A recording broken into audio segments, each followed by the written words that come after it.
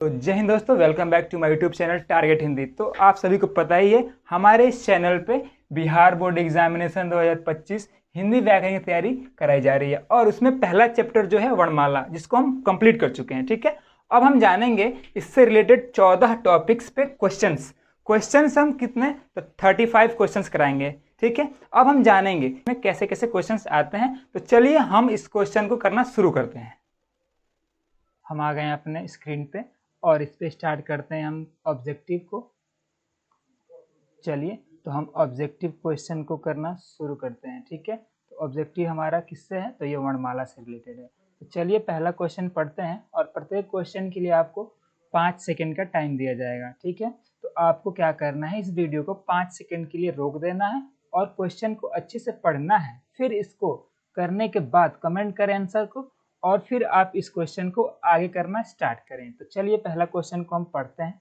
तो लिखा हुआ है कि भाषा की सबसे छोटी इकाई क्या होती है बच्चों। तो आपको मैंने बताया है कि भाषा की सबसे छोटी इकाई जो होती है वो वर्ण होती है। ठीक है, ना कि ये स्वर और ना ही हमारा व्यंजन होता है और ना ही हमारा शब्द होता है। तो ये हमारे तीनों ऑप्शन गलत है। ऑप्शन नंबर डी क्या है, राइट आंसर है। तो अगला क्वेश्चन है हमारा, देखते हैं। चलिए,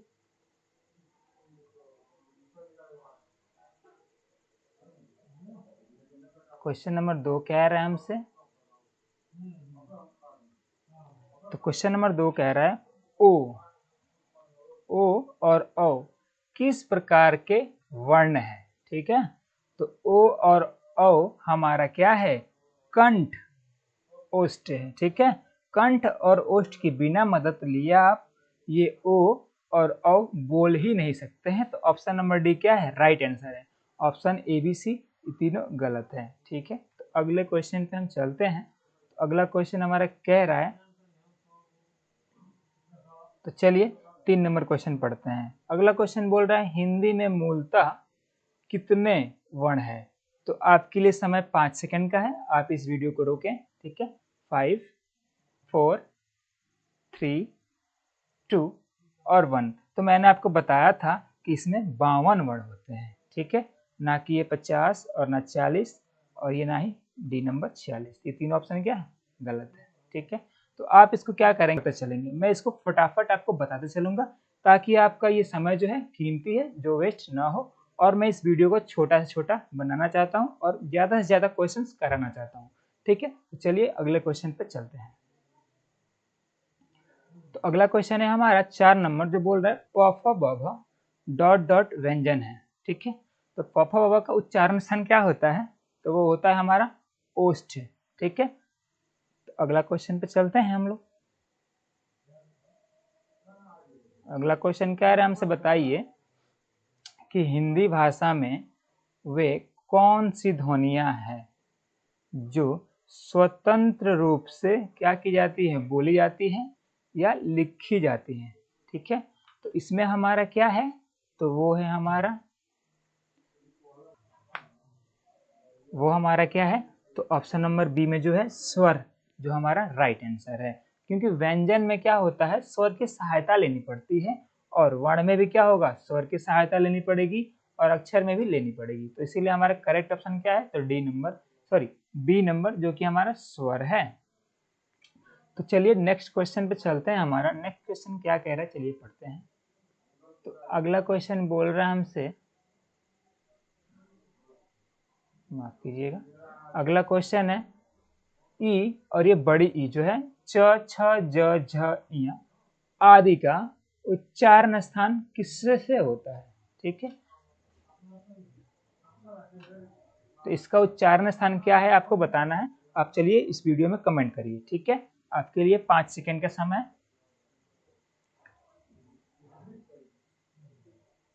तो इसका सही उच्चारण है क्या, तालव्य से। ठीक है, तो चलिए हम अगले क्वेश्चन पे चलते हैं। अगला क्वेश्चन हमारा है, फिर से वही है क्या, सॉरी, क्वेश्चन एक ही क्वेश्चन दो बार टाइप हो गया। तो चलिए हम इसके आगे चलते हैं। इस क्वेश्चन को आप दे सकते हैं, आंसर देना चाहें तो इसका भी क्या होगा, ऑप्शन नंबर सी जो होगा राइट आंसर होगा। अगला क्वेश्चन है हमारा, बताइए आप प्रयत्न के आधार पर ल किस प्रकार की ध्वनि है। तो मैंने आपको पढ़ाया था कि ल जो है हमारा क्या है, तो ये एक पार्श्विक, क्या है, पार्श्विक व्यंजन है। ठीक है, तो ये हमारा तीनों ऑप्शन गलत होते हैं और ये ए नंबर क्या है, एकदम राइट आंसर है। ठीक है, अगले क्वेश्चन पे चलते हैं। तो नेक्स्ट क्वेश्चन हमसे कह रहा है कि बताइए एक से अधिक वर्णों के मेल को क्या कहते हैं। तो एक से अधिक वर्णों के मेल को हम अक्षर कहते हैं। ठीक है, स्वर गलत है और ये हमारा व्यंजन भी गलत है और ये अनुस्वर भी गलत है। तो अगला क्वेश्चन पे चलते हैं। हमारा अगला क्वेश्चन कह रहा है बताइए स्वर किसे कहते हैं। तो मैंने आप गुरु में होता है, तो ये बिल्कुल गलत है। और बी नंबर ऑप्शन क्या है आराम से, जिनका उच्चारण बिना किसी अवरोध अथवा विघ्न बाधा से होता है, तो वही तो हमारा क्या होता है, स्वर होता है। तो ये हमारा ऑप्शन दोनों क्या है, बिल्कुल गलत, इसको पढ़ने का जरूरत ही नहीं है। ठीक है, तो अगले क्वेश्चन पे हम देखते हैं क्या बोल रहा है। अगला क्वेश्चन क्या है हमसे कि बताइए आप, बताइए नाम से जीवा के आधार पे स्वर कितने प्रकार से होते हैं, यानी कितने प्रकार के होते हैं। तो जीवा के आधार पे भी स्वर कितने प्रकार के, तो मैंने आपको पढ़ाया था ये 3 प्रकार के होते हैं। ठीक है, तो करेक्ट ऑप्शन बी हो जाएगा और ये बाकी सब ऑप्शंस गलत हैं। ठीक है, तो अगले क्वेश्चन पे देखते हैं। अगला क्वेश्चन है हमारा निम्नलिखित में अग्र स्वर नहीं है। गौर करिएगा, यहाँ पे नहीं है पूछ रहा है, तो हमारा स्वर कौन सा नहीं है, तो ये वाला अग्र स्वर पूछ रहा है हमसे, तो अ जो है हमारा अग्र स्वर नहीं है।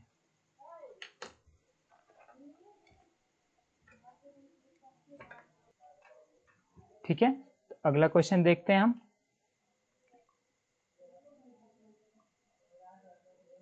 अगला क्वेश्चन है बताइए कि मात्रा के आधार पर स्वर कितने प्रकार के होते हैं।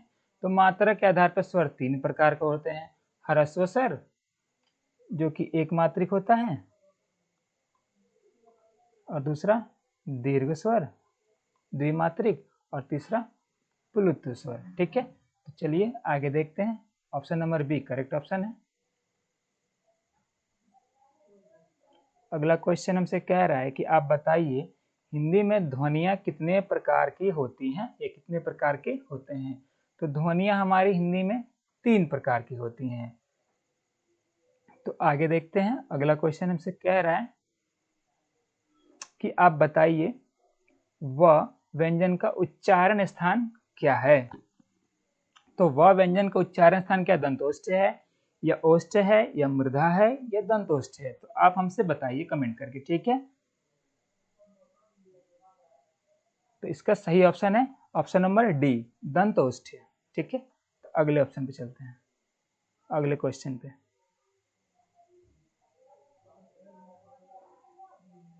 अगला क्वेश्चन हमसे कह रहा है कि बताइए यदि नीचे का होठ पूरी तरह से क्या कर दिया जाए, काट दिया जाए, और तो उसके बाद से हमें किन ध्वनि या फिर किस ध्वनि के उच्चारण में कठिनाई होगी, या फिर हम उसको बोल ही नहीं पाएंगे। तो चलिए हम बोल के देखते हैं। पहला ऑप्शन है हमारा ए नंबर ल। ल को बोलने के लिए क्या आपको दोनों होठ की जरूरत है, तो नहीं है। ब बिल्कुल है, क्योंकि आप देखिए बोल के बिल्कुल बोल ही नहीं पाइएगा बिना होठ को सटाए हुए। तो ये बिल्कुल सही ऑप्शन है हमारा बी नंबर, और ये हमारा डी, सी और डी गलत ऑप्शन है। तो ऑप्शन नंबर बी क्या है, एकदम राइट आंसर है। ठीक है, अगले क्वेश्चन पे चलते हैं। तो क्वेश्चन नंबर 17 से कह रहा है कि बताइए, आप बताइए हमसे कि जिन व्यंजनों के उच्चारण में दोनों ओष्ठों द्वारा श्वास का अवरोध होता है वे क्या कहलाते हैं। तो इसमें ऑप्शन 4 है, जो कि हमारा 3 ही दिख रहा है। चलिए अब दिख रहा होगा।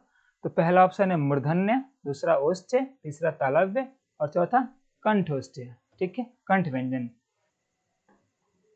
तो हमारा सही आंसर है हमारा ओष्ठ व्यंजन। ठीक है, ऑप्शन नंबर बी बिल्कुल सही जवाब है। तो जितने लोग बच्चे बोल रहे हैं हमारे कि ऑप्शन बी सही है, तो वो सही है। तो चलिए हम अगले क्वेश्चन पे देखते हैं।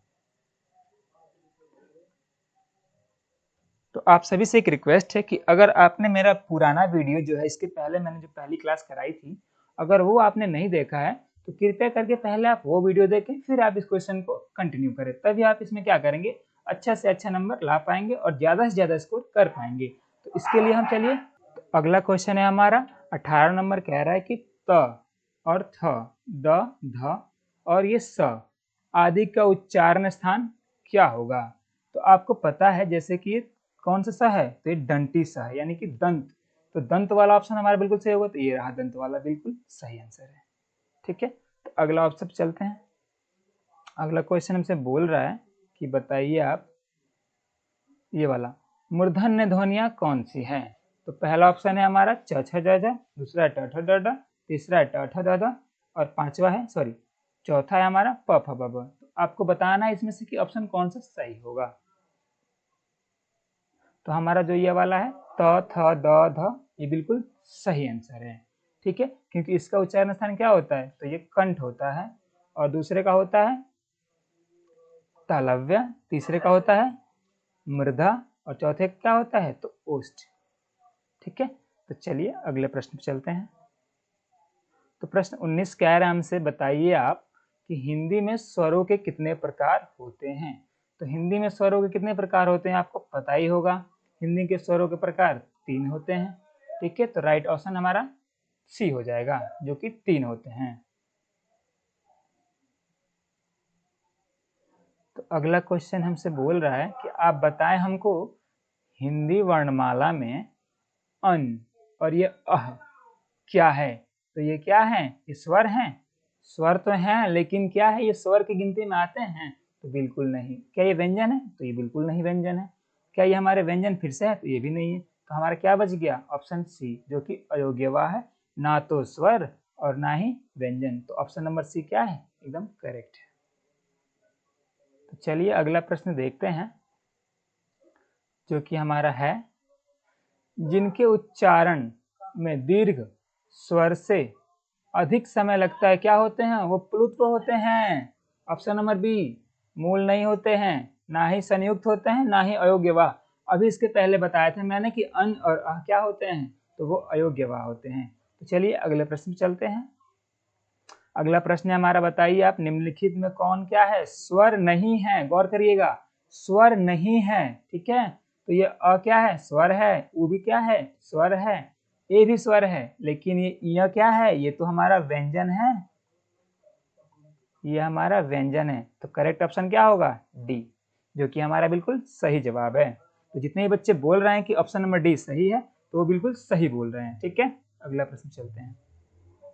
अगला प्रश्न है हमारा 23 नंबर, जो कि हमसे बोल रहा है बताइए कि उच्चारण के समय जीभ की स्थिति के अनुसार ये हाँ नहीं रहेगा, सॉरी बच्चे, स्वर के कितने भेद होते हैं या फिर कितने भेद किए गए हैं। तो इसके 3 भेद किए गए हैं। ठीक है, तो चलिए हम आगे देखते हैं। ये हमारा दोनों ऑप्शन तीनों जो कि गलत है।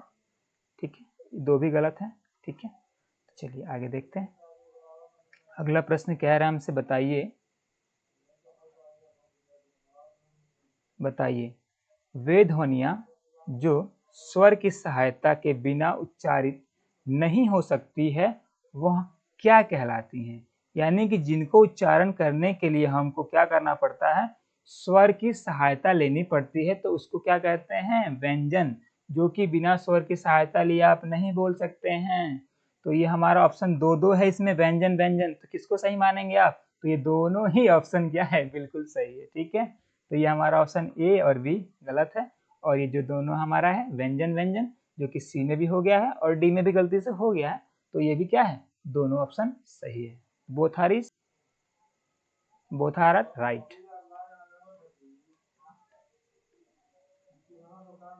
अगला प्रश्न है हमारा 25 नंबर। तो ये कह रहा है हमसे बताइए निम्नलिखित में एक स्पर्शी व्यंजन है। तो मैंने आपको पढ़ाया था कि पूरे क से लेके कहाँ तक, माफ करिएगा थोड़ा, ये जो मार्कर है ना इसका पेन थोड़ा अजीब है। तो मैंने आपको क्या बताया था कि पूरे क से कहाँ तक, म तक, और साथ में सभी क्या है, ऊष्म व्यंजन, ये सभी क्या होते हैं, तो ये हमारे स्पर्श व्यंजन होते हैं। तो देखिए इसमें ये स, ये ह और ये ह बिल्कुल गलत ऑप्शन है। हमारा ऑप्शन नंबर सी क्या है, राइट ऑप्शन है। ठीक है, तो इसमें क्या क्या आते हैं उस व्यंजन में, तो हमारा आता है य, र, ल, व। तो इसमें से हमारा ल है जो हमारा यहाँ पे दिया हुआ है, तो करेक्ट ऑप्शन क्या है? सी, जो कि ल है राइट आंसर। अगला प्रश्न हमारा है 26 नंबर, क्या कह रहा है हमसे, आइए देखते हैं। अगला प्रश्न कह रहा है, बताइए हिंदी व्याकरण के अंतिम पंचमाक्षरों का उच्चारण स्थान है क्या? ठीक है, तो इसका उच्चारण स्थान क्या है? अनुनासिक। बिना अनुनासिक के आप इन सभी का उच्चारण कर ही नहीं सकते हैं। ठीक है, अनुनासिक को ही हम क्या कहते हैं? तो पंचमाक्षर भी कहते हैं। मैंने आपको वीडियो में पढ़ाया हुआ है, अगर आपने मेरा वो वीडियो नहीं देखा है या पिछली क्लास को नहीं किया है तो पहले आप जाकर उस क्लास को करिए, ताकि आप इस क्लास में जो मेरा टेस्ट चल रहा है अभी 35 क्वेश्चन का, इसमें अच्छे से अच्छे नंबर लाएं और इसमें ज़्यादा से ज़्यादा स्कोर कर सकें। तो चलिए हम अगले प्रश्न पे चलते हैं, जो कि हमारा कह रहा है हमसे 27 नंबर प्रश्न किधर गया, आइए देखते हैं। अगला प्रश्न हमारा, बताइए अंतस्थ व्यंजन है। तो मैंने आपको पढ़ाया था कि य र ल व ये हमारे क्या है? तो ये पूरे के पूरे अंतस्थ व्यंजन है। तो करेक्ट ऑप्शन क्या होगा? तो डी। ठीक है, प्रश्न अगला प्रश्न है हमारा, बताइए ये जो तालाबी सा, मूर्धनी सा और डंटी सा है और साथ में ह है, ये कौन से व्यंजन हैं? तो ये हमारे व्यंजन कौन से हैं? तो ये हमारे ऊष्म व्यंजन है। ठीक है, तो चलिए अगला प्रश्न पे चलते हैं हम लोग। अगला प्रश्न है हमारा, अगला प्रश्न पूछ रहा है, बताइए आप कि उत्क्षिप्त व्यंजन कौन कौन से है? तो छत्रज्ञ क्या होते हैं? ये उत्क्षिप्त होते हैं। और यरलव क्या होते हैं? ये तो ऊष्म है। ये क्या है? ये तो अंतस्थ है। ये डॉड है क्या है? ये तो दूसरा कुछ है। ठीक है, चलिए तो आगे पढ़ते हैं अगला क्वेश्चन पे। इसका आंसर क्या होगा? राइट आंसर हमारा हो जाएगा सी नंबर। तो अगला प्रश्न है हमारा 30 नंबर, क्या कह रहा है हमसे, बताइए उत्क्षिप्त ध्वनि का प्रयोग हुआ है। तो बताइए आप उत्क्षिप्त व्यंजन कौन सा होता है? तो ड और ढ, जो कि मैंने अभी इसके पिछली स्लाइड में दिखाया था उत्क्षिप्त व्यंजन। ठीक है, तो इसमें बताइए आप कहाँ ड और ढ का प्रयोग किया? इसमें हुआ है? नहीं, गलत है। इसमें भी नहीं है, इसमें भी नहीं है। यहाँ देखिए आप D number, sorry C number में ढ, यानी कि पढ़ाई, जो कि हमारा ढ है, तो ये बिल्कुल सही आंसर है। तो जितने बच्चे बोल रहे हैं कि ऑप्शन नंबर सी सही है, तो बिल्कुल सही कह रहे हैं। ठीक है, तो अगला प्रश्न चलते हैं। तो अगला प्रश्न हमारा कह रहा है कि आप बताइए कि ज्ञ वर्ण किन वर्णों के संयोग से बना है, यानी कि किन दो वर्णों को जोड़ने पे हमारा क्या है, जो ज्ञ बना है। तो मैंने आपको पढ़ाया था कि हमारा ज और य से मिलकर क्या बनता है? ज्ञ बनता है, ज और य ज्ञ। लेकिन देखिए यहाँ पे हलंत नहीं है, तो ये क्या है? गलत है। एकदम हलंत होना जरूरी है। तो ये हमारा आधा ज और पूरा य मिलकर हमारा क्या बनता है? तो ये हमारा बनता है ज्ञ, जो कि बिल्कुल सही है। और ये दो जो ऑप्शन है हमारा बिल्कुल गलत है। तो चलिए हम अगले क्वेश्चन पे चलते हैं। तो अगला क्वेश्चन हमारा कह रहे हैं हमसे, बताइए आप कि बताइए क्षत्रज्ञ की गणना स्वतंत्र